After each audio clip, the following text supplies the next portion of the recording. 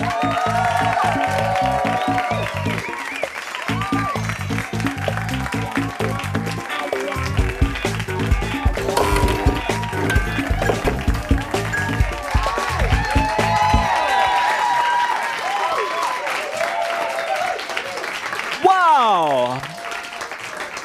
I am so honored to be here with you. I'm excited for tonight's final round of the 10 show, huh? Yeah. So, good evening, everyone, online and here at the Hive Collaborative. I'm Ken Agel, one of the executive producers here at the 10 show, and I think we're in for an amazing, exciting, and unique experience because tonight we are going to see the Final Four.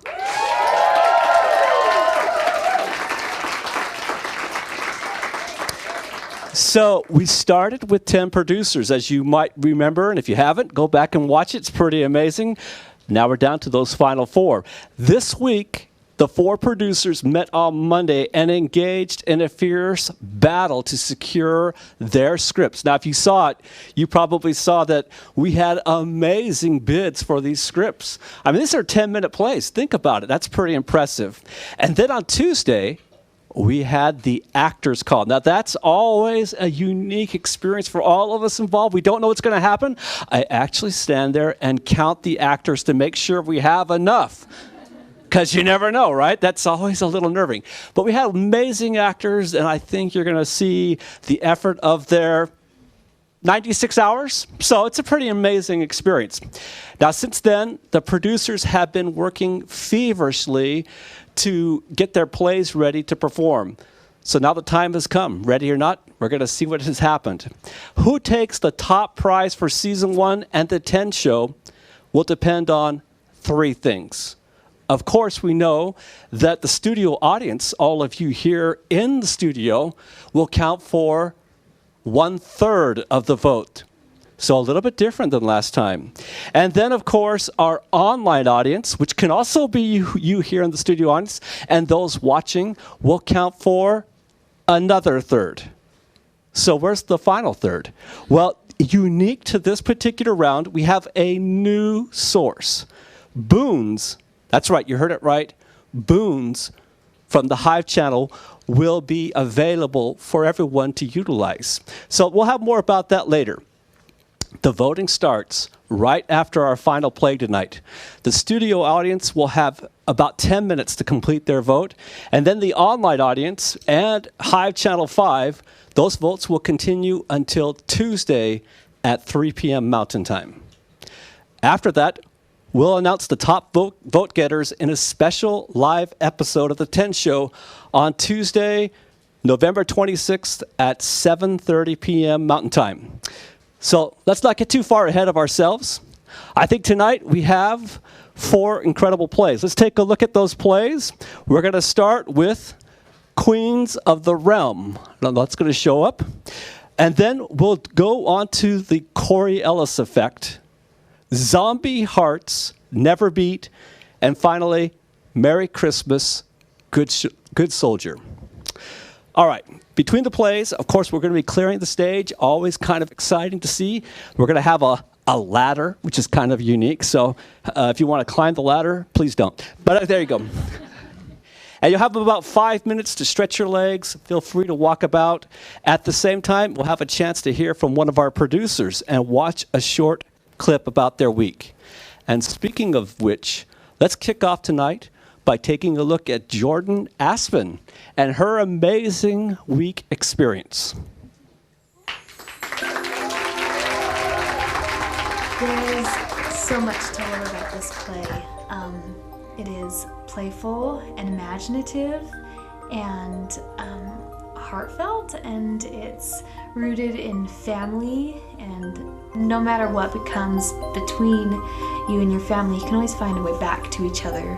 So we're having a really fun time finding the good balance of the humor and the heart.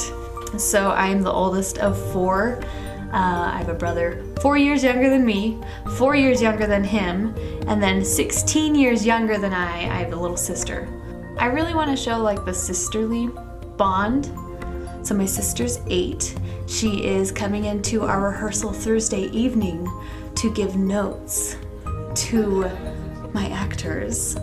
And we can thank her for much of my set because she's very willing. She's been at each Live 10 show. She's going to be there again on Saturday. She's been a big help. As I'm going through this, because she's so young, I'm trying to think of everything through her eyes. So first off, for each playwright, I've emailed them, and then pretty much right after, added them on Facebook. And then we've texted and we've phone called and FaceTimed, pretty much everything that we can without being in the same room. It's just so helpful and refreshing to be able to have the playwright an email away. At the root of it, it's really collaborative. I mean, the whole thing is so unique and it's so quick, it's so fast-paced. I feel like I've learned so much overall just about especially like the time management and where my focuses need to be and like how doing what gets me the best effect, both in the rehearsal room, with the tech elements, with promoting via social media. I feel like I've tried to get better every time, and getting people in to see the show. I've learned don't get attached to an idea. Yeah, really kind of just being prepared for everything and just keep going. Sleep when you're dead. Be willing to roll with it because everything changes. It's been fun and it's been challenging and tiring. I'm really glad we've had like that break week. But it's just been so fulfilling.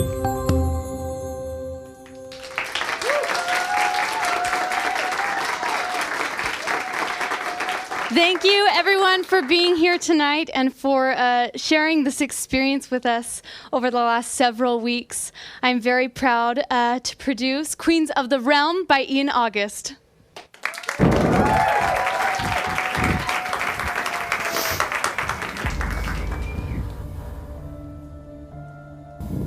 400 years ago, the world was plunged into chaos. The seas boiled, the mountains churned, the valleys wept, and the survivors ran and hid in caves and shelters and the boots of SUVs and occasionally hollowed out refrigerators. And when they emerged, civilization was gone. The earth, a slate wiped clean, and from the ashes arose a new civilization, one destined to survive through hundreds of years of darkness. And upon the corpses of thousands of people who obviously didn't think to empty out their refrigerators was the brave and powerful queen, Queen Becky the Triumphant. How grim was the state of the world that it should be ruled by the heartless despot who enslaved her own people that fateful day. And so, an underground rebellion was born, and the struggle for the earth began anew. And they stood against the cruel, soulless, self-appointed leader of the survivors and named their own queen to lord over them in kindness and mercy and have Ice Cream Tuesdays. And her name was Queen Molly the Magnificent. But Queen Molly wasn't that magnificent, and she stole the ice cream from the rebels she attempted to lead. And they fled to the safety and security of the survivors living under the leadership of Queen Becky the Triumphant, also known as Queen Becky the Brave. Until they realized that Queen Molly was simply keeping the ice cream cold for them, as they had no freezers following the apocalypse.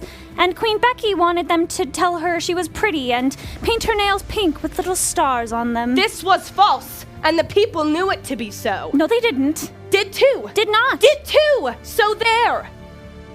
It was then that Queen Becky the Brave, also known as Queen Becky the Beautiful, Queen Becky the Just, Queen Becky the Just Awful, revealed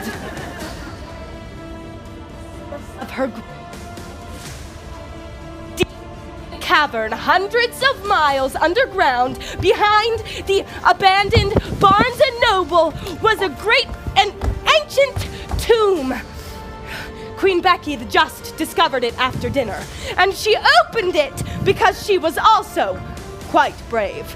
And within the tomb, she discovered a relic whose power was unknown to all but she, and from within the tomb, she withdrew the magic staff of wonderment. Hey!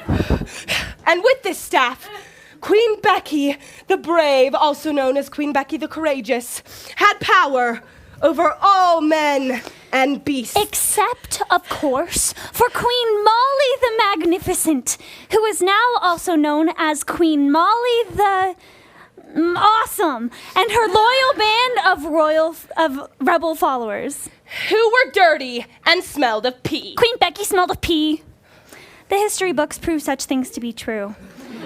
But Queen Molly the Awesome, Awesome. she knew that the magic staff of wonderment had been stolen from the ancient tomb of her ancestors, and so was rightfully hers. And she floated into the kingdom on a cloud of magic clouds and set herself before the evil Queen Becky the Nasty. Return the magic staff of wonderment to me, she demanded, and all shall be right with the world. But Queen Becky the Courageous, for that was another name by which she was known, knew that Queen Molly never really liked the magic staff of wonderment, and she would often leave it outside in the backyard when she was supposed to have brought it in, and she laughed in Queen Molly's puckered face. Outraged at the disrespect shown her, Queen Molly the Magical demanded once more for the magic staff of wonderment to be returned to her immediately. Queen Becky once again refused and reminded Queen Molly that she and her loyal band of followers smelled of pee. And thus, Queen Becky remained victorious over her detractors, and the people cheered. And a parade was held in her honor, and she was taken to Attilio's, where she was awarded the biggest pepperoni pizza that could be bestowed upon her, and soda which she was permitted to drink from the can. And all was right in the land. But Queen Molly, the more clever than Queen Becky, had also explored the ruins of the world that ended that 400 years ago, and with her enchanted powers of observation, discovered a more powerful relic beneath the rubble. Buried beneath the charred corpses and broken bones and shredded Disney princess dresses was a prize more valuable than gold, more beautiful than jewels, and more powerful than the magic staff of wonderment. The sacred torch of specialness. Give that back! This sacred object was the key to peace across the land and of removing the evil Queen Becky the Flatulent from her throne. That's mine. But Queen Molly could not hear her, for the voice of mean people could not reach her lovely ears. That's my flashlight. And Queen Molly cradled the sacred torch, and she battled monsters and demons and creatures of the night. And the people of the realm decided that they loved her even more. You jerk. And they also decided that Queen Molly was in fact rubber, and Queen Becky was in fact glue. And whatever she said bounces off of me and sticks to her. It was a birthday present, Molly. Give it back. Then give me back my umbrella. It's the magic staff of wonderment. And it has my name written on the handle in magic staff of wonderment marker. Fine. Give me back my torch, and I'll give you back your umbrella. You promise? I swear. You double swear? Cross my heart and hope to die. Okay. On 3. 1, 2, 3! And so, the brilliant Queen Becky the Brilliant was victorious once again. That's not fair! And having acquired the 2 most magical relics in the realm, Queen Becky the Super Smart would rule over the realm unopposed. Give it back! Forever, not until the rebellion is quashed! Ow! You deserved it. Oh!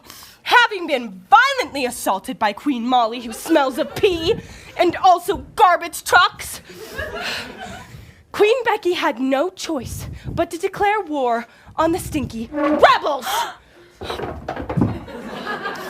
Oh, yeah? Well, Queen Molly says that's just great. Queen Becky calls upon her vicious army to come to her defense. To arms, my rebel fighters! To arms! My noble soldiers of the future! Today, we are faced with the challenge of the dreaded attack of the skunk-faced rebels! My rebel warriors, let me be clear. War is an ugly thing. Very much like Queen Becky the dumb butt. The day will be hard. I dare say some of you may lose your stuffing. Just know that my heart and spirit shall be with you, and we will battle this battle together! But we have the will of justice on our side, and she only has stinky socks! The evil Queen Becky the evil doesn't remember that she wet the bed last week, and so she is the terrible one. How dare you! I dare me just fine. How dare you? Attack!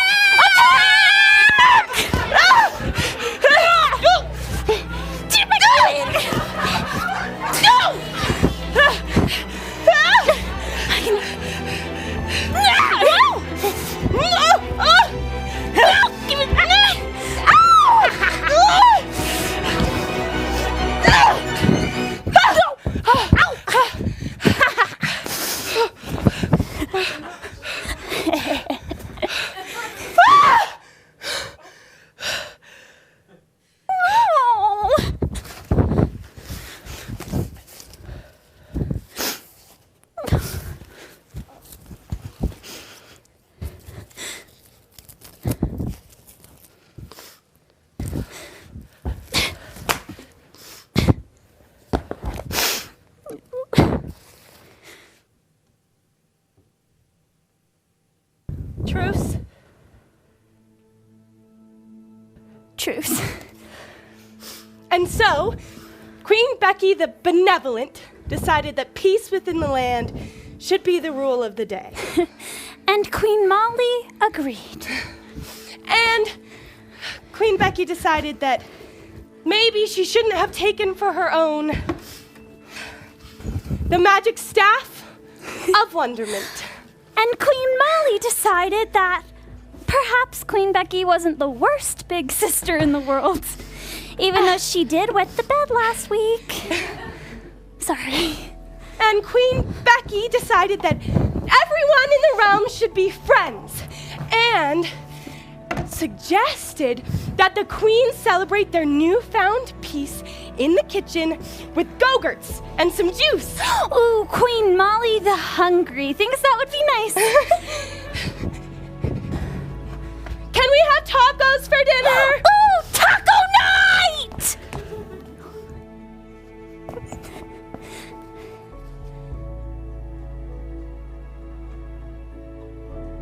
We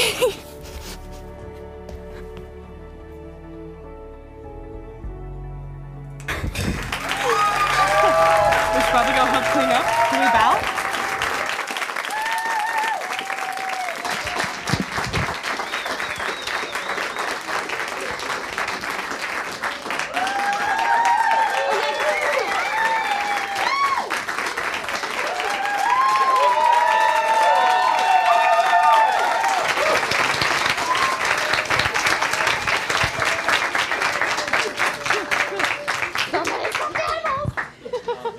Hold on, I gotta work my way through the carnage here. Hold on. A battle was fought here.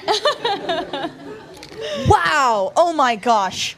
Like, not only was that a really good script, but you did such a good job with that. What is... You clearly have demonstrated that when you produce or direct a show, that you really understand the key parts of a script that make that show what it is, and you're so true to it. Do you have a process, or are you just naturally good at it? Like, what would you say is your trick? Because I want to know.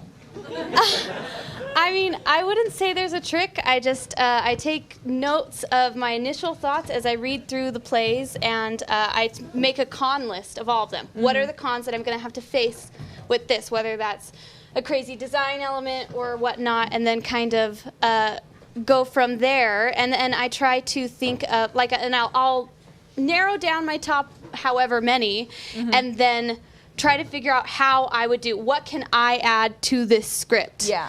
Um, So what would you say are things that you really relied on in the script, and what were some of the touches that you would say were personal to you? for this one? Yeah.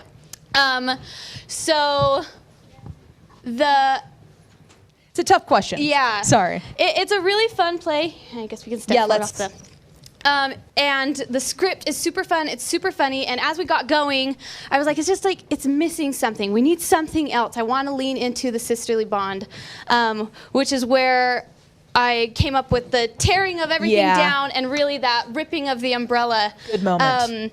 So I'm pretty proud of that one. 'Cause Yeah, you should be. it just needed something just a little bit more. Pulls you back into reality. Yeah. And I Also, think killer it's good. set. Holy cow. Thank you. Yeah.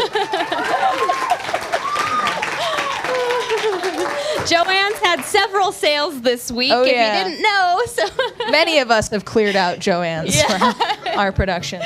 Okay, and then, so do you have any sisters in real life?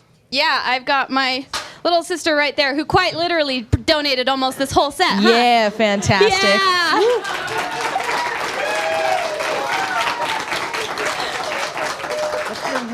Yeah, you want to come on up?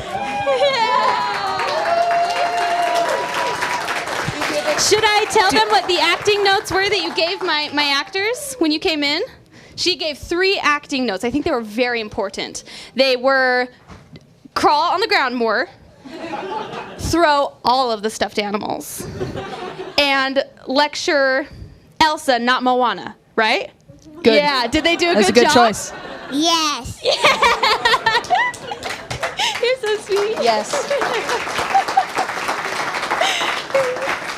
Elsa. your way? Oh, yeah. Elsa and Moana, those are just sort of generic, non-copyrighted Yeah, names, so we don't need to worry about.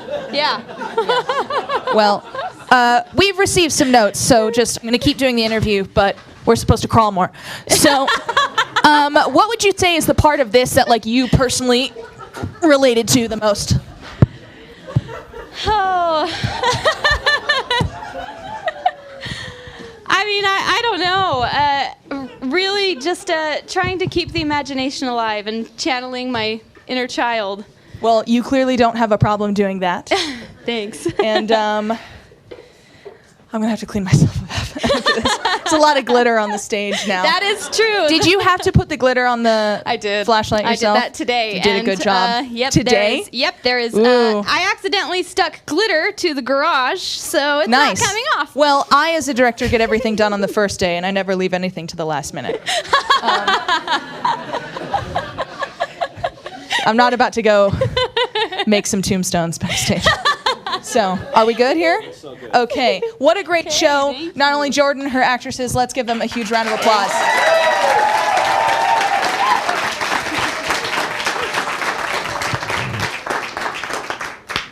An amazing, amazing show. And we're very excited to see our next show. So I think it'd be worth spending a few minutes with Chris Holt. So let's take a look at his week and his experience.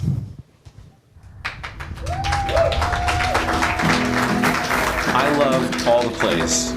I could have done any of them. I loved that this one used humor to open us up in the audience and deliver something precious. I teach my speech and communication students that humor is the most powerful packaging for an important message because it just opens everybody up. And then you can give them what you want to give them. And I really love that this delivers that package in a really beautiful way. I do love that they're middle-aged characters. I do connect. We all yearn to and long to connect with someone else. And I just think that that is the most fundamental human need. This has been a crazy adventure. And I'm really glad, because that's what I signed up for. One of my sons is involved in Enter the Hex. So we were talking about it, and I said, you know, yeah, there's this, I love this, I don't know about this, because it's never happened before. Speaking of Into the Hex, he said, yeah, I felt the same way going into the Hex. Like, I know there's these things that I know and love and want, and then there's these other things that I don't know about, and I don't know what to expect, and so I'm a little anxious. But Dad, I did it, And it's been the most amazing experience. And that's when I decided I'm doing it. I love being involved in something new. This is new. This is not what's happened. There's no model for this. There's nothing else to point to. We're all discovering new things. That's so important in art that happens. In the end, I'm grateful that I've gotten to do this 3 times because I love the doing of it. I love the intense doing of art with peers and artists and new people. I've totally expanded my world by doing 3 shows in this short period of time. I love that. Which is good, because usually by Friday night, I'm asking myself, why are we doing this? We're exhausted. And then Saturday night goes, that's why we're doing this. Yes, I would do it again. I can't believe that I'm saying that because of the late nights and the long and the intense. But that's what we do. That's how we make our art. And I love it. I would do it again.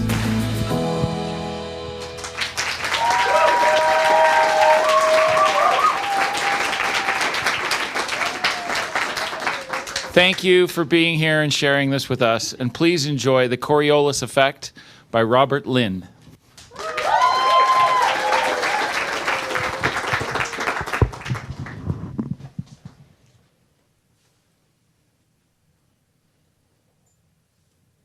Rubber ducky, you're the one.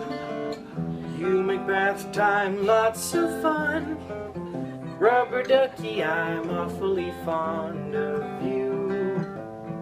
Bo bo bo be doo. Rubber ducky, joy of joys. When I squeeze you, you make noise. Rubber ducky, you're my very best friend, it's true.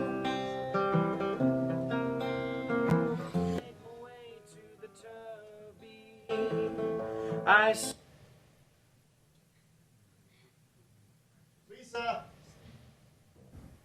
Honey? Lisa, honey, could you come in here? No. Please? No. Please? It's not to look at my poop again, I swear. All right. Oh my God, Matt, are you sick? No. What did you eat? I'm not sick. You know, usually when people get sick, they put their arm around the toilet and not in it. Will you listen to me? I'm not sick. Then why is your arm in the toilet? That's gross. Don't you know what people do in there? I'm aware. Okay, yes. then. It's just my hand is stuck. Matt, you know you're not handy. Oh. No pun intended. But you know, we should call a plumber if we need plumbing work done. I mean, I'd much rather pay to have a professional come out here and do the job than to have you try to do the job and then you can't do the job and then we have to call him anyway. I'm gonna get my camera. No, Lisa! Do not take my picture.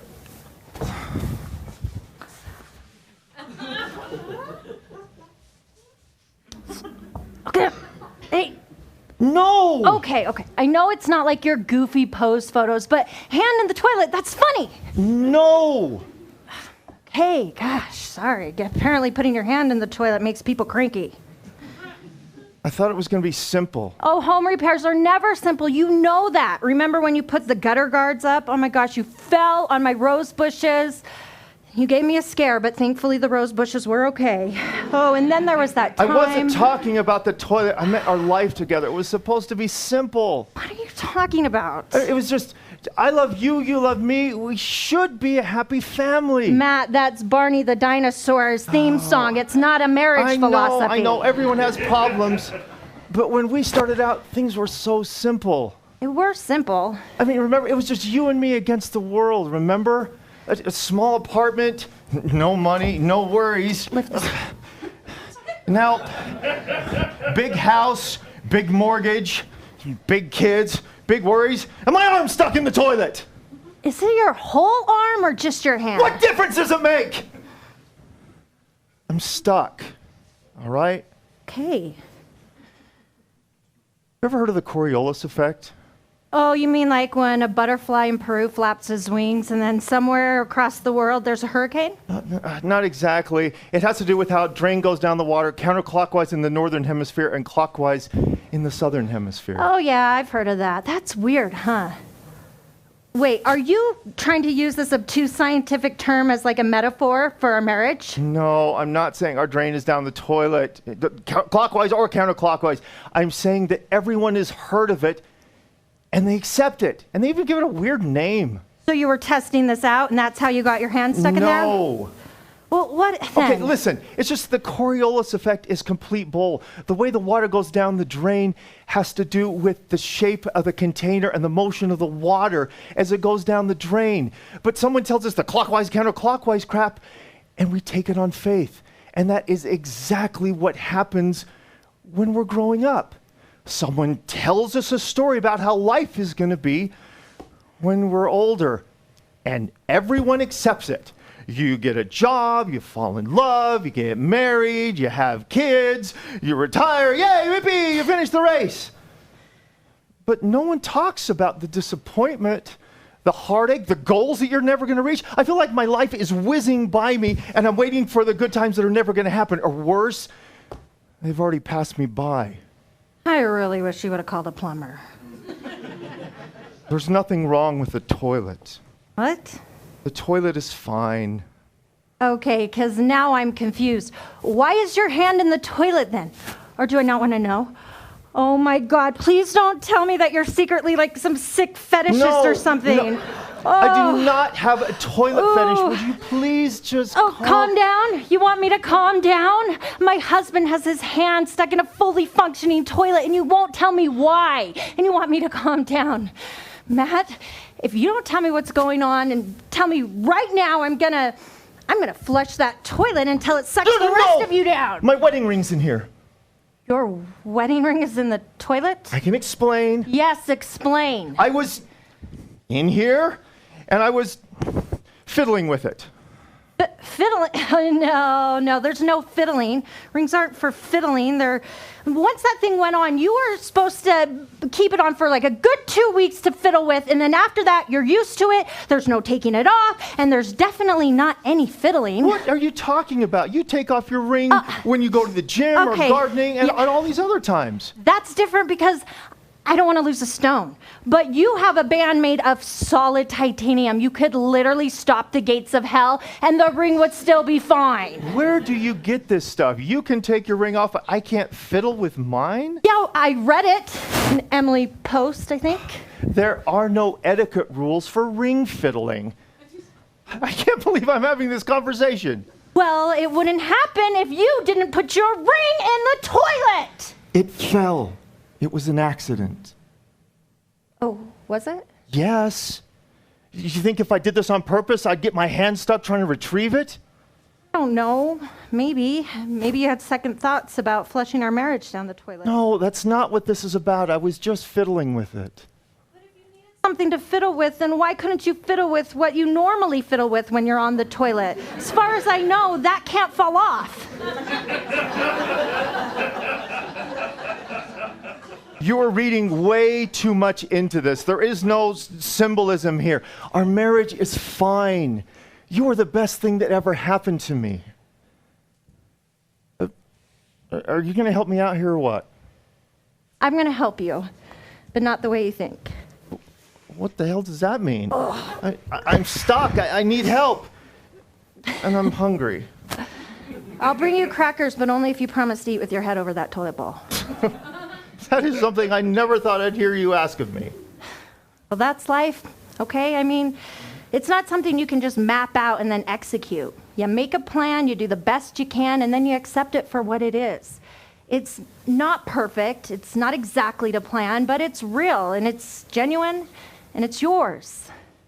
It's just not how I imagined life would be. Really? You never imagined your hand would be stuck in a toilet? I'm being serious. So am I. Look, I know. you never imagined your life was going to be this way. But in the history of the world, there has never been anyone whose life turned out the way they imagined it. And that's a good thing, too.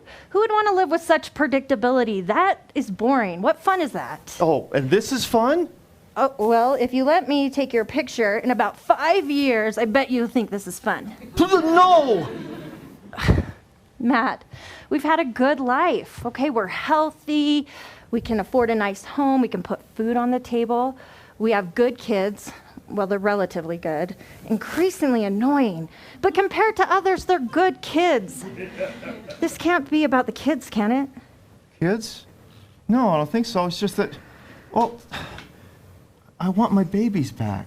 Oh, you sound like a mother. Don't make fun of me. No, I'm not. It's just that usually you hear things like that from women. I didn't know you felt that way. I absolutely know how you feel, though, because all moms love babies, and it's just too bad they have to grow up. God, what I wouldn't give for one more day to come home to kids who are happy to see me and talk with me and want me to play with them and let me give them a hug and not pull away out of embarrassment.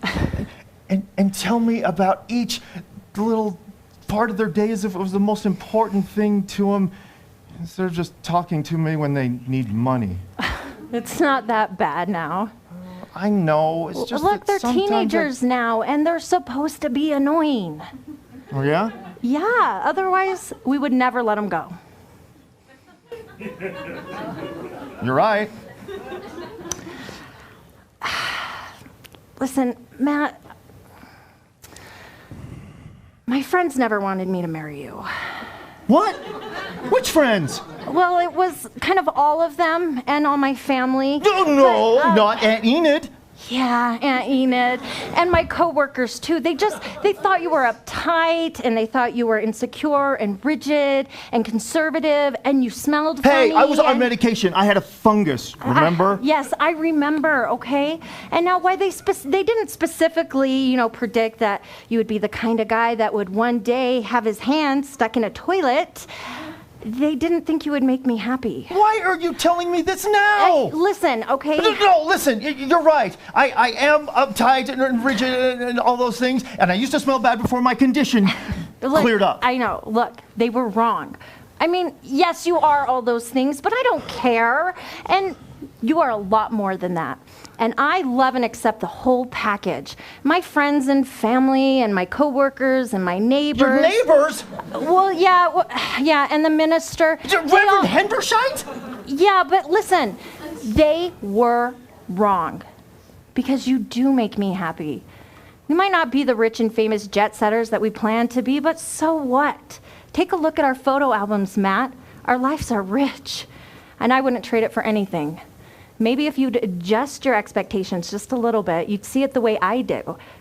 Quirky, wonderful, sometimes maddening adventure that we got to and we get to take together. And besides that, you smell a lot better now. How'd you get to be so wise? Well, like most women, I've always been this wise. Husbands just don't usually listen. I'd hug you right now, but one of my hugging hands is stuck in the toilet. Everything's gonna be okay, Matt. You, me, the kids, everything's gonna be fine. If you would just let whatever happens be okay, just a little, you're gonna feel a lot better too. I'll do that.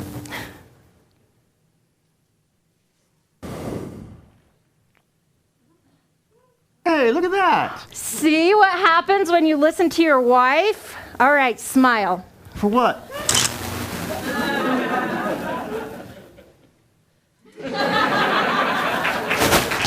Good job.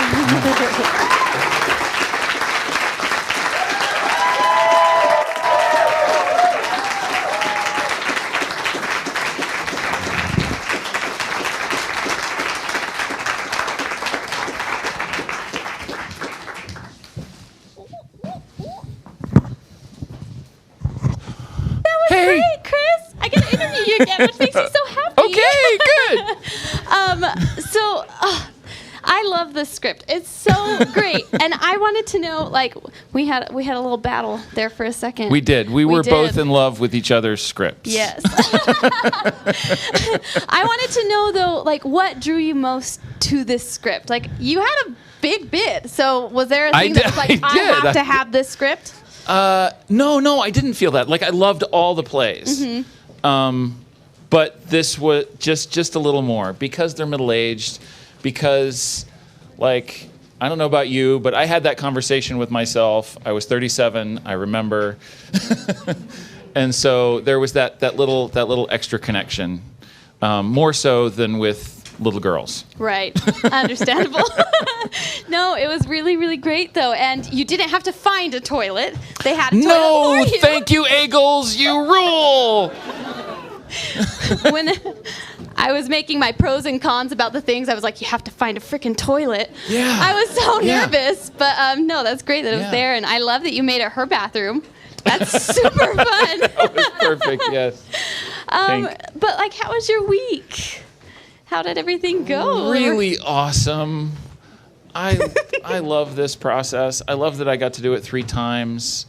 It's like all of the roller coaster of doing a show, the highs, the lows, the getting to know people really, really, really well, them like getting to know you, the vulnerability, the fun, the late nights, the punchy, but all compacted into a tight little experience. Yeah. It's wonderful. What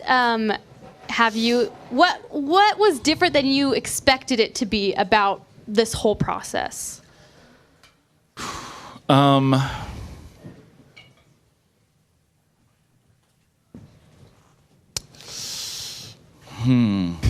didn't know what to expect. I knew that I thought I'd be more exhausted and ready for it to be over than I am. Yeah. You feel that? Yeah. Like, I'm exhausted. Don't get me wrong. There's that. But, like, But I thought it would be, right up there with, is it worth it? And there's no question in my mind that it's worth it. Yeah, for sure. Yeah. For sure. Is there anything that you would change or give as advice to season 2 producers? Season 2, just clear your schedule. Yes. And just don't hesitate. Do it. It's hard. It's a huge commitment. Theater doesn't want you to do anything else, and that's okay. It's worth it. That's why we do it. Yeah. Yeah. Are they set up? Almost there. You guys can keep talking a little bit. We are going to do a mic check because this is a larger cast. So just so you are all aware, you guys can do a couple more questions when you're done. They will do a mic check and then we'll roll with the video. Okay. If there's any other questions. I'm so sorry. That's great. Like you're out of. There's got to be out of questions. Keep talking. Do you have like a favorite part of this script? I like the ending. I like that there's connection that we got there. Right. That's a comedy. They're about couples coming together, and I love the tension as they come together, and then one goes the other direction, and then they come together, and then the other one goes the other direction, and then they get close, and there's that tension. It's a really well built script. Yeah, it's I really such a enjoyed fun that. script. Like, it's so good. Did you get to work with the playwright much? Yeah. We emailed back and forth, and he was really, really awesome and answered my questions. That is one of the things that surprised me about this process, is having that access to the playwright. It's wonderful. It's so luxurious to be able to ask them questions. Are we done now? You got that? We're done, Flook. Woo!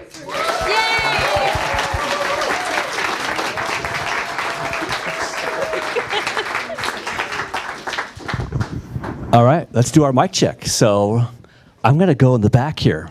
Just wonderment at this set, huh? All right.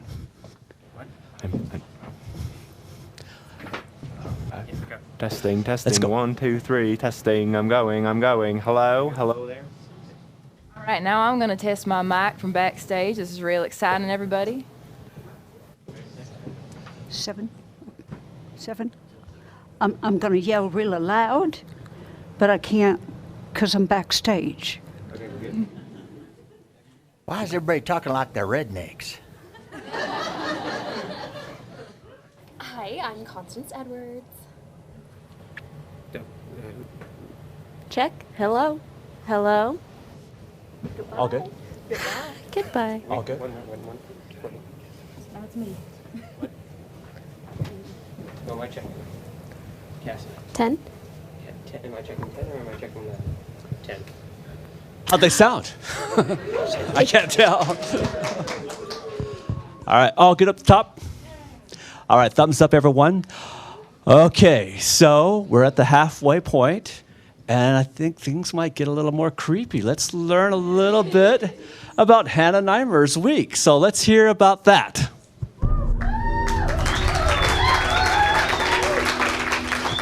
As soon as I found out I was coming back, I was like, I have to give this week my all. There's no holding back. I read through the scripts.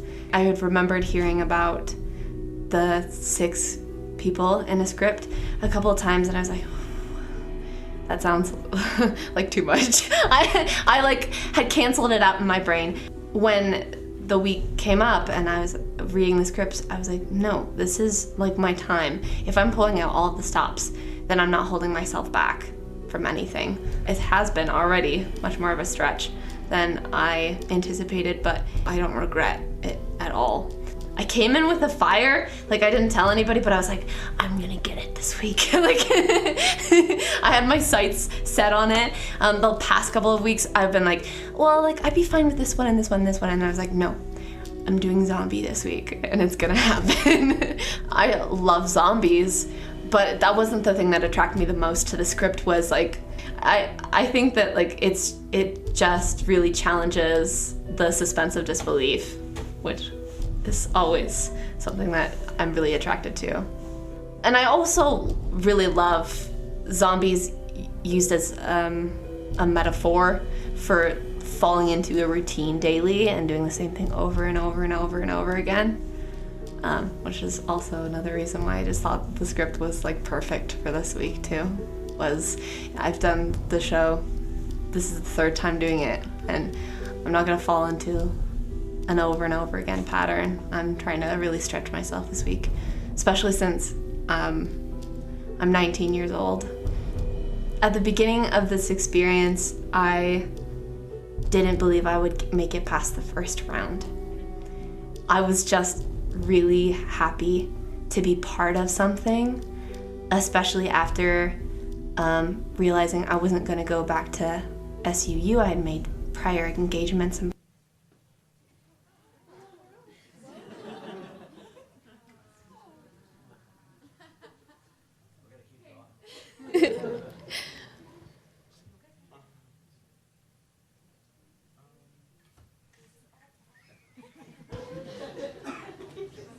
How about those tech guys, huh? Yeah!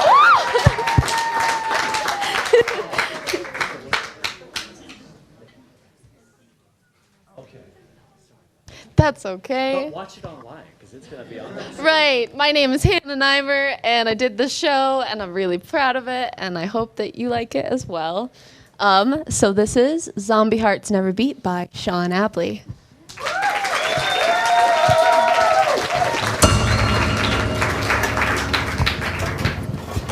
Hey, Norm, you hear something? I can't hear nothing back here. I thought I heard something outside. I said I can't hear nothing back here except your yap going all day long. I knowed I heard something outside. Must have been the wind.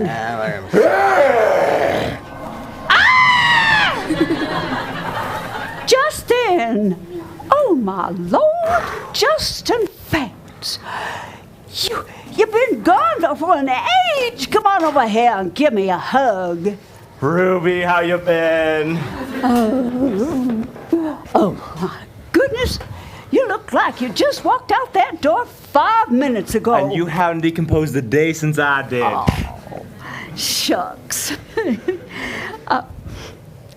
Well, my ears fell off last year, and all the flesh just dropped off my hands ages ago, and I'm just a stack of bones in a waitress uniform. Well, you look like you haven't decomposed a day since you died. Oh! Stop your flatterance. Norm, Justin's back! Well, how about that? Why don't I just stop what I'm doing and have a parade? Shush. Come, sit down. All right. Did you accomplish what you wanted to accomplish? I just might have. She been back here lately? Back here? Ha! Honey, she doesn't work here now. You got a lot to catch up on. Huh. Let me get you a drink. What would you like? I got some fresh, iced spinal fluid. Yes, ma'am. Sweet, unsweet. Sweet, of course. Coming up. Coming back in here today after all this time, I can't help but get my hopes up. True, the last time I saw Lucy was not great. But a lot has changed since the first few years of the zombie apocalypse. The heartbeaters, that's what we call them, people that still got a pulse. Them heartbeaters can't just go around chopping your head off with no good reason anymore. That's called civil rights. And the heart stoppers, that's what we call the zombified folks. They can hold public office as long as they ain't been dead more than 5 years. And back then, right around the day I left, they said there was something like a cure right around the corner. And he says to me, "You don't look dead at all." And I said back, "That's because I watched one of them drag queens on one of them TV shows and she taught me how to contour." And he said, "Well, when I come to the world's first diner run entirely by dead people, I expect to see dead people looking like dead people." So I bit him in the neck. I told him, "You might need to go to the men's room in a minute because you're going to start looking like one in about 5 minutes. Honey Ann, you are the worst. Yes, she is. She been eating the customers, and she gonna get fired. Fired? You can't fire me. Uncle Norbert is my uncle, and you ain't nothing. I am gonna fire you if you don't come pick up this order. Order up! Eyeball surprise and a slice of gallbladder pie. Hi, Miss Ruby. Oh, hi, Justin. How's your Mima? Oh, still hanging on, but we're pretty sure she'll be dead by tomorrow morning. Oh, that is great news. What would you like? The usual? Yes, ma'am. One leg and foot combo. One leg and foot combo. Sorry I'm late. I'm sorry, I know, but I have a good excuse. Mm-hmm. You tell me to meet you at the diner at 12 noon sharp. Won't answer me any questions when I ask, and then you're late. I know, but I have something important to talk to you about. Mm-hmm. Do you have to stand there? I'm wiping down the ketchups. Bonnie Ann, please. Fine. But if I get fired for unwiped ketchups, I'm crashing at y'all's place until I find myself a new job.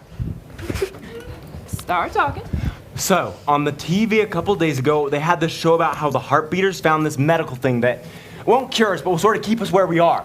Something they call it. Stasis. I heard all about it. You don't rot, but you don't too much else either. They got this place on the West Coast near Portland where it isn't so bad. They're taking applications from Heartstoppers under 3 years. Well, that doesn't do me any good. I'm almost 4 years stopped. But I'm just about 2. This is for us. I'm doing this for us. Order up! Leg and foot combo.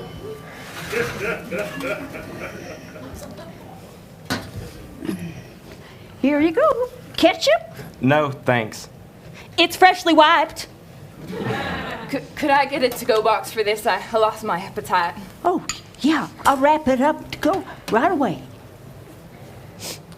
So you want to go get Stasis, huh? And then what? You come back? Absolutely. You come back to someone who's gonna fall apart in front of your eyes while you keep moving on? I will, I promise. I love you, Justin. And I know you love me. But if you leave, even though it don't beat, my heart will break. Lose. Justin? Just 1 minute. Who's that? You must be Lucy. I'm Constance Edwards from Stasis Laboratories. I am so sorry we couldn't include you in this phase of the drug trials, but we are working toward a 5-year stop as our next output goal. We'd love to have you for that round if you're interested. Lucy, this is everything we've dreamed of since the uprising. This could change everything. For you? 4 You! I'm stuck decomposing till there's not enough left to keep me standing! No, Lucy, don't talk like... Oh, that dream is not the natural order of things.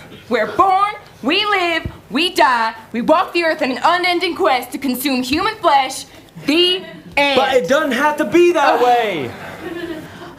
Order of surprise eyeballs. To go. Lucy. Oh, hi, miss. Have a seat. Can I get you something? She's not staying. And neither am I. No, Lucy, wait! Dramatic about the whole thing.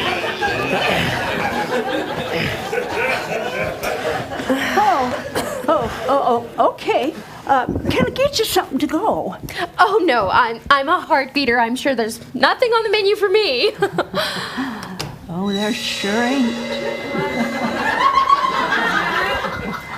We don't serve your kind.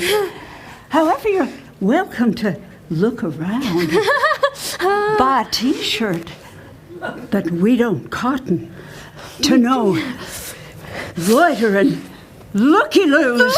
And don't even think about touching my ketchups. Oh, is she gonna be okay? Promise me the next phase of the trial is 5 years stopped. I gotta come back for her after we're done. Yeah, I promise. I crossed my still beating heart, but we really gotta get going. Our flight starts boarding in 9 minutes. Okay. Lucy was wrong. I did come back. Eventually. The drug trial took much longer than expected, and they never did move on to the 5-year stopped phase. Too much decay, they said. And every time they said that, I wondered about Lucy. Hey, Ruby, whatever happened to Bonnie Ann? Oh, she had a postal worker, and the post office is a federal job, and it was a federal crime, and so they just chopped her head off like that. What you gonna do? Wow, it really hasn't changed. Oh, welcome. Come sit down. Ooh, you look familiar, except you look more dead than you did the last time you were here. Funny story. Did you know buses don't always stop for pedestrians? Tale as old as time. Sit down. Let me get you something. What would you like? I'm trying to keep it light, so maybe just an order of the grilled finger salad, iced spinal fluid on the side. Uh-huh. Fresh spinal fluid. Yeah. Sweet or unsweetened? Sounds fantastic. Unsweet, please. Those Yankees. Yankees. Sorry I'm late. Lucy. Oh, Justin.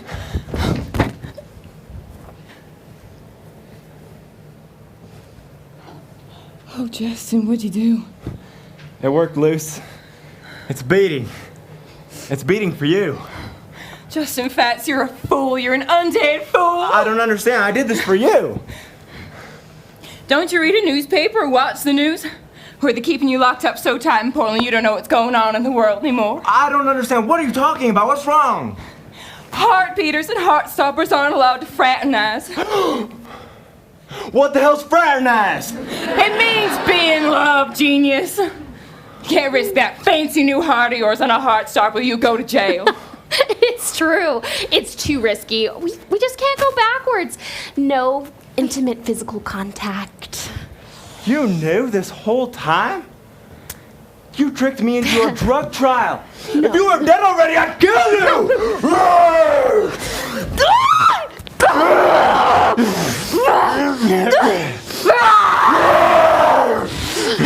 Lucy, let me explain. Oh, can I get that salad? Get out! Oh, Justin. A beating heart that can't beat for its true love is worthless! It's worthless!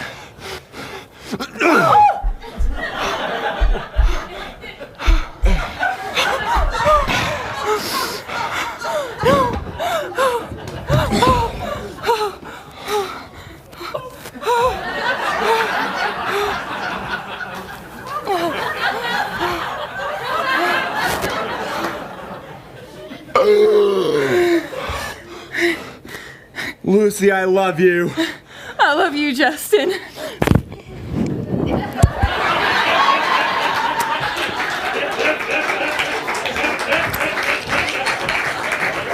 Well, I ain't letting this go to waste. Order up! Ketchup?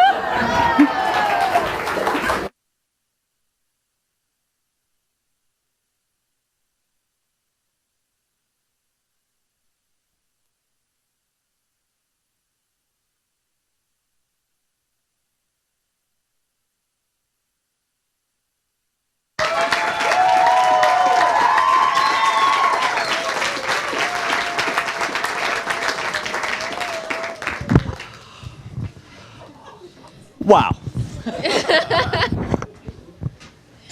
Who am I talking to? Oh, I'm talking to you again. Yeah. Oh. Is that good? Yeah, I'm all for it. It was really negative, actually. I'm just hiding it. Not him. No, I like you.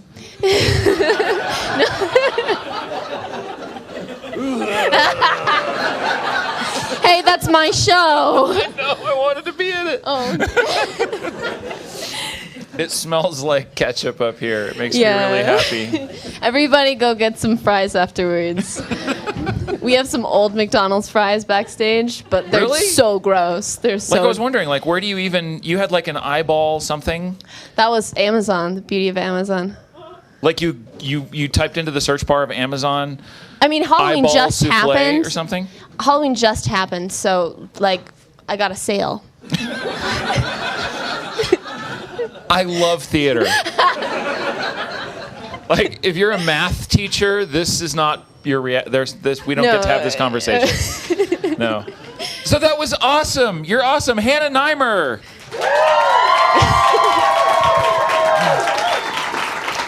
Okay. I just want to have funny conversations with you. We were talking about making a live action Aristocats earlier. Yes. And I think that's important. But we should probably talk about this. Or we could talk about Wallace and Gromit again. Shaw, Wallace and Gromit. It was so good. Okay. But yeah, maybe the show. I don't know. So you did it. Yeah. Like the whole the whole thing. I can breathe again, everyone. So make a deep philosophical reflection on the entire process. Oh, just like from square one? Well, yeah, or I don't know. That's not a question on the sheet. Yeah, it is. Something about deep philosophical. Here, look. What was the heart of his another season at Tensha? What's been the most rewarding part of the process for you? Okay. I can answer that question. Okay. I think it's the relationships that I make with each of the actors. And the last two shows that I did were much smaller, on a much smaller scale. So I had a lot of time to personally connect with the two actors that I had. But then this time it was just, timed thrice. Thrice? Thrice. Is that That's a verb? the word that I was To looking thrice? for. Yes, and I'm not going to go back on it. But I think it was really challenging to get everything done because we were so distracted by how much we like each other. So sometimes I was like, okay, we have to get this done by this time or we're never going to get out of here. We kept people late sometimes, but we just it's like a zombie family. It's like a Halloween party all the time, which is what I want. So talk about that, like the 6 people thing. So you did a 2-person play. And then you did a 2-person play. Right. And now you win the imaginary World Cup of 10 show for the biggest cast. Right, for the biggest cast. Yeah. Yeah. So how was that different and challenging and like a big production too? There was a lot of Yeah. a lot of stuff here. It definitely, the technical aspect of it was a much larger scale than I was used to. And as soon as I bid for the script, I was like, okay. As soon as I read the scripts, I was like, that'd be a really tough move, but I might as well. And then when I did, I have had moments where I'm like, oh, I'm freaking out about this, but never have I regretted picking it because those times in my life where I'm like, super stressed, but I'm working on something that I'm super passionate about, I always look back on and I feel such satisfaction, and I'm so proud of what like I've accomplished and what I've been part of. And definitely having a bigger cast like this has made me feel like, yes, I've been a part of something really special. And I have been this whole time, like with you guys, but like I wish I could hang out with you guys more, but we all have to be in this rehearsal space at different times. But it's weird. Yeah, I like see you, but I don't really see you, and Yeah. I know you're doing good things, but I don't get to see them until tonight. But it's been really good. That's awesome. Okay, so it's time for another question. And Yeah. Here, you pick one. Oh, wait, this is your job. So Rude. they're still doing stuff. Maybe ask one of those people one of those questions. Do you want to ask me? No, I think they'd be too scared. Oh, Well, okay. I don't know. Do you want to ask me a question? Can I read? No, it's okay. It's fine. I'll just read it. Too much time. Which one do you want? I'm interested in things like Tell us favorite one superhero thing that or was Disney different. princess and why? Disney princess? Or superhero, favorite and why? Oh, wait, Quickly. you can't do two different. Okay, maybe Brave. She's got red hair like me. Yeah, maybe. I don't Good know. answer. Tell us one thing you took away from. Okay, you already asked me that. Tell us one thing that was different in this process. The cast, the crew. What was the hardest part of? We're just trying to entertain you guys while the Christmas tree is being put up. In all actuality, I really shouldn't be talking for this long anyway. But are we good? No, keep going. Oh. Okay. Can't get my hopes up like that, Ken. Okay, we're so close. If there was, okay, we didn't do this one. Okay. If there was this one, read that to me. If there was another season of the 10 show, Would I do it? Sure. Yeah. Is that the question? what is the one suggestion you would Oh, make no. to another artist thinking about doing it? Right. So, in a serious tone, we're bringing the lights down a little bit. I'm 19 years old, and I heard about this from my good friend Darcy Ramirez. Hey, give her a big hand. She's in the audience. She told me about it, and now she's sinking in her chair. Yeah, that was funny. Yeah, it was really cute and demeaning. But she let me know about it, and I read the requirements for it, and I was like, oh, this is like adult stuff. This is like people who have degrees like you and most of everyone else. They have like BFAs and master's degrees or are extremely talented. Shut your pie hole. That was love. Okay, I just feel bad, but I'm not going to go back on it. She shut her pie hole. I feel so many things, guys. I think the tip would be. Oh, okay. Don't sell yourself short based on your age or your experience, and kill it. You can do it. Okay, I need both mics. We want to do a mic check. Any mics out there? That's a little joke. Hello, my name is Michael, and yes, it is cold enough to wear a wool coat like this. I feel very comfortable. Thumbs up from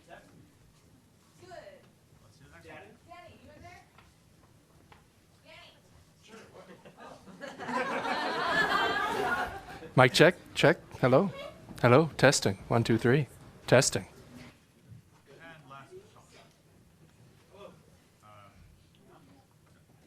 Doesn't sound like it. Yeah, that's it? Okay. 1, 2, 3. Toast. Toast.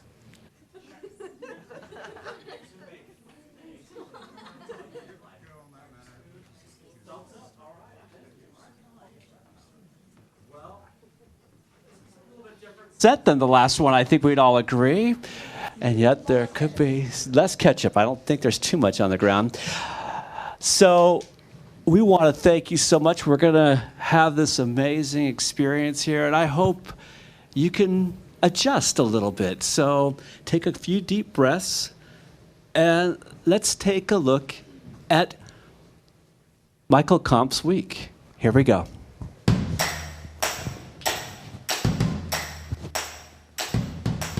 Well, man, it has been awesome. I am always such like a get up and go, like kind of hot-headed person. And so while it's really, really stressful, I like going hard and just committing And so getting to have this moment where essentially you're like, we're putting on a show in 4 days, let's go, is totally up my alley. It is stressful, crazy stressful, but it's like a stress that I love. Usually what I look for in actors anyway is actors who can like make big choices and commit. And in this kind of thing, you don't always have time to be like, well, let's see. You just gotta be like, yeah, make that choice, and if it remotely works, that's what we're going with. And it's so great just getting to like throw yourself into it, you know? I love it. And this show, not only is it really well written, but I have the honor of producing a show that is something very, very personal to the playwright. And it is both wonderful and like terrifying and daunting at the same time, because you want to do it justice, but you also want to give it your own unique spin and your own experience. And so how do you find that balance of how am I true to the source material, how am I true to the author's original intent, but how do I make it part of my own experience and part of my own interpretation, you know? But in a lot of the research I was doing about Arlington, there are on average 27 funerals a day at Arlington Cemetery, and it's this hallowed ground. What's interesting is I keep writing this over and over again in my script. Peaceful somber. Peaceful somberness. And that's always what I felt at Arlington. At our first rehearsal, the homework I had everyone do was to bring stories and experiences about a relative or ancestor that they had that had passed away and how that impacted them. And one of the really common threads that came forward was, as that person got closer to death, or as, you know, the funeral happened after they died, even though they left, it was usually the association, you know, the fact that they were leaving, that suddenly you started to learn more about them. That it was almost their journey away that brought their lives closer to you, especially people like grandparents. It's sad and it's tragic, but there's maybe this other thing, you know? The female in this play, she goes there and she's sad, but she's actually almost cheered up and made happy by these people she meets that have the same problem she does. And yet they are bolstered by each other. It's very special.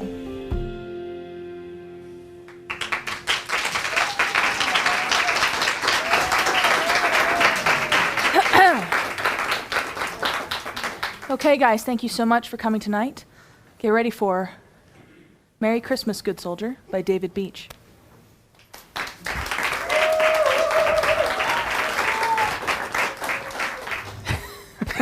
I don't know.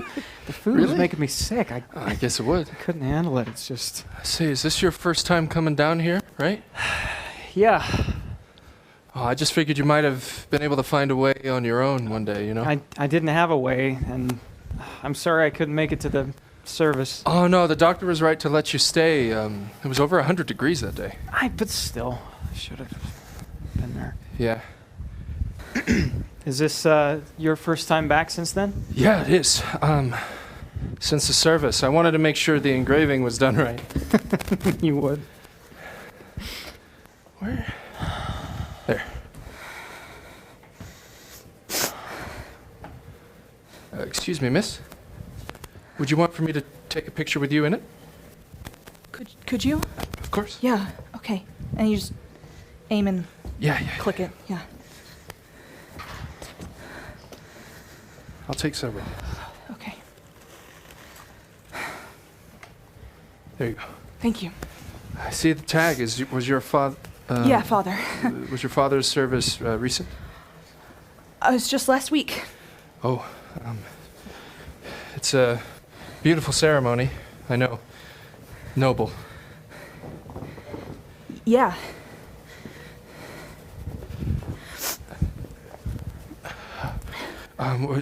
Our father's service was in August. So. Oh, so you've had some time. Oh, well, it's my first time back, and my brother couldn't even make it to the ceremony. Yeah. It's just really hard to think that's my first Christmas without him, you know? Yeah, it is. You know, Dad loved Christmas. He'd always stay up really late and wrap presents, and always made sure that breakfast was ready before we'd wake up. Yeah. Mine was the same way. Was your father Army? Air Force. You? Yeah, Air Force also. Oh. You know, flyboy. Yeah. Maybe they knew each other. Sure. It's a small world. Yeah, and it's Christmas at a base overseas. Oh, yeah. When my dad was in England, my mom and I were actually there at the base with him. And I mean, I was a teenager. Yeah, so were we. Dad was stationed at Greenham Common for 3 years before it closed. I was a teenager too. Okay, we must have been there at the same time because so my dad was at Lakenheath, north of London, but I remember him helping close Greenham Common. But we were there a few years before that. Oh, I was pretty young. I wasn't even in school yet, but I do remember one Christmas. We were there 5 years. You know, the Christmas puddings, the crackers with the paper hats inside. I remember those. Yeah. Jeez, I haven't thought about those hats in years. Oh. You know, I really liked living in England, especially around Christmas. Dad and I would always go outside and cut down a fir tree, and Mom made these ornaments. Do you remember the ornaments? Do you still have any of those? No. Do you? No. They were these glue and glitter ornaments. Mom would paint them with glue, our names, where we were, what year it was, and stuff like that. And then she would just cover it in glitter. One year it was green and gold. Next was red and silver. Yeah, red and silver. And then alternating. Oh, gosh. And then the last time we were all together, I think, we had about 30 of the things from 10 years living abroad. Wow. Jeez. My mom and I would always go to London about a week before Christmas, and we would just walk down Oxford Street, and we'd go to the shops, and we just look at the decorations. We always had tea at Selfridges. You know, the one Christmas I do remember, there was a lot of snow and candles and the red light fixture, the little star on the light fixture in the hallway. How old were you? 4, maybe 5. No, wait, I remember that Christmas. Yeah, a lot of snow, like about 2 feet. And I remember Dad and I went outside to cut firewood for the fireplace, and Mom made this roast duck. Oh my gosh, Christmas duck. Yes. I haven't had Christmas duck since England. Man, roast duck with turnips. Turnips, ooh, God, What? I remember those. Turnips are good. Yeah. Well, then you can eat them, brother. Oh, I will. Turnips roasted in duck fat. Okay, Christmas pudding? Huh? Mom made hers 2 weeks ahead of time. Oh yeah, same. With the brandy butter? Oh gosh, I'm getting man. hungry. What time's dinner anyway? Around 5. Hey, wouldn't it have been nice if our fathers had known each other? Yeah, we could pretend. Let's. What was your dad's name? Frank. Well, mine was Boyd. Well, Frank wishes his buddy Boyd a Merry Christmas. Likewise. You know what? Here is to Frank and Boyd, flyboys of the USAF in England. Here, here.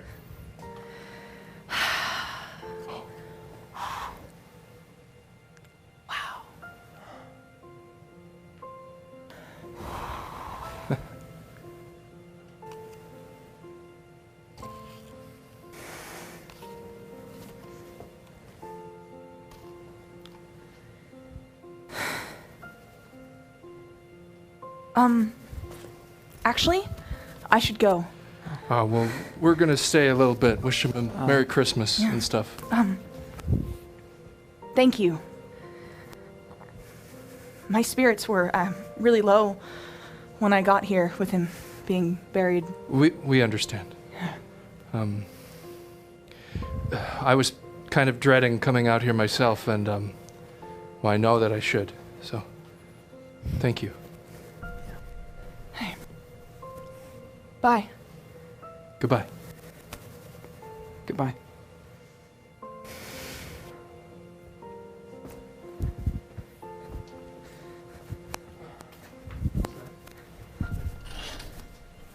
Yeah. We never got her name. Well, maybe that doesn't matter.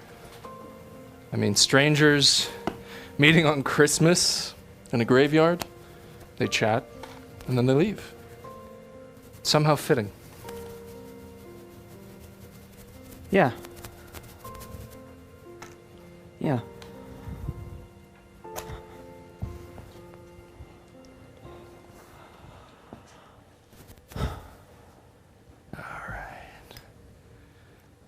Dad's Christmas prayer.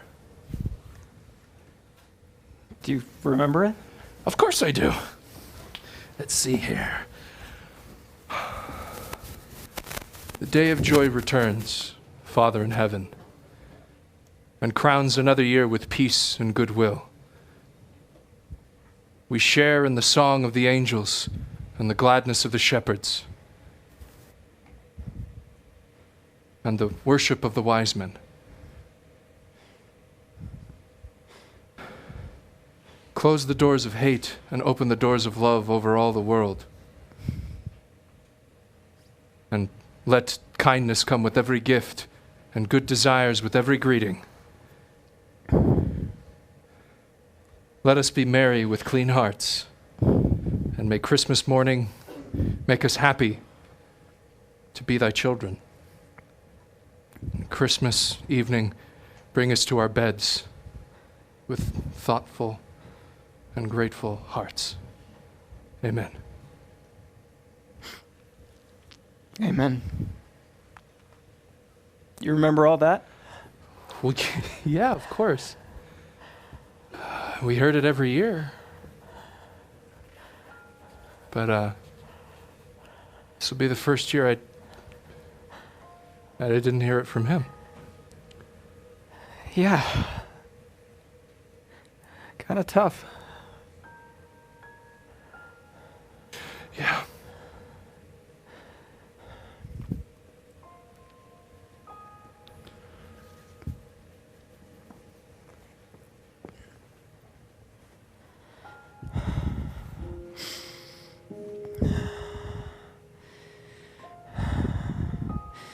Merry Christmas, good soldier.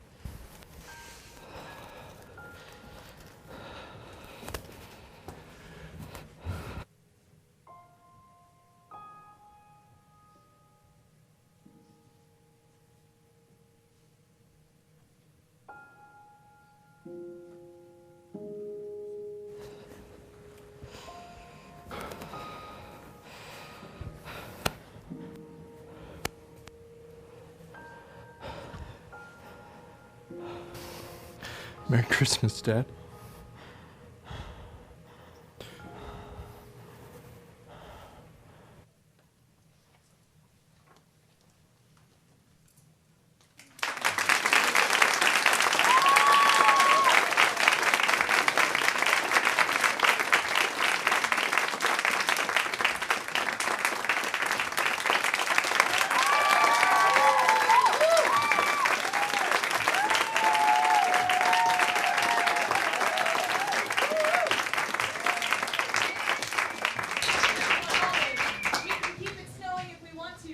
don't have to clean it later in case anyone is pulling that string.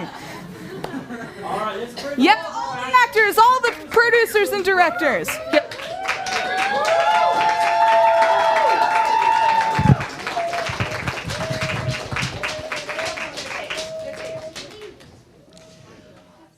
All right, let's have all of our zombies and our soldiers and our couples and who else is here? Oh, and our children. How about a final applause for these guys? Amazing.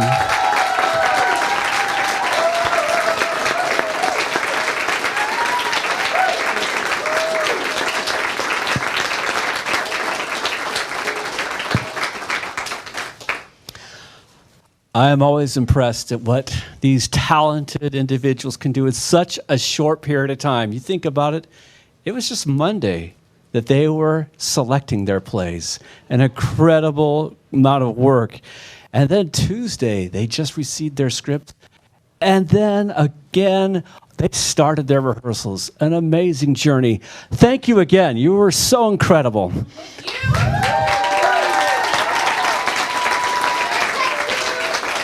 Let's thank the crew. All right. The time is now. So you have in your hands the ability to help decide who will win the first season of the 10 show. Now, one of the things, if you don't have a pencil, we'll get one to you. We're going to start that process. Now, the online audience, please look for the applicable post on Facebook and Instagram. Search HiveTix. HIVETIX. Also, don't forget to go to Hive Channel 5. And there you can register and receive 5 more boons, which is the equivalent of a vote. So you have 5 more votes there as well. You can use all of your boons on one producer or split them among several producers because they're all so amazing.